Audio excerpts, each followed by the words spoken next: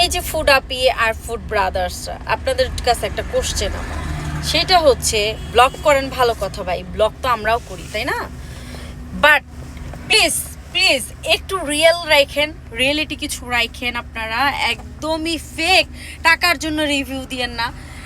এই যে বিভিন্ন জায়গায় যে আপনারা ফুডের রিভিউ দেন, আপনাদের রিভিউ দেখে অনেক মানুষ সেখানে খেতে যায়। আপনারা ধুমধাম আয়সা এই যে স্ট্রিট ফুড এইটা ভালো ওইটা ভালো এইটা হয়েছে ওইটা হয়েছে, আপনাদের কথা মতো খাইতে আইসা তারপর দেখা যায় বাসায় যায় পেট খারাপ হয়ে গেছে।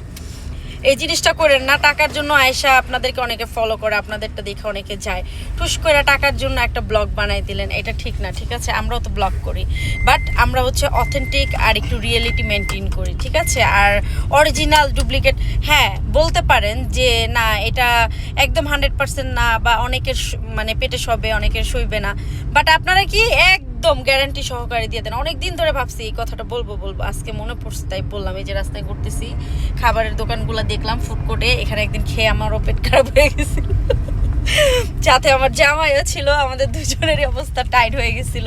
সো এর জন্য বললাম আপনাদের কাছে request, food Api and brothers, don't do it.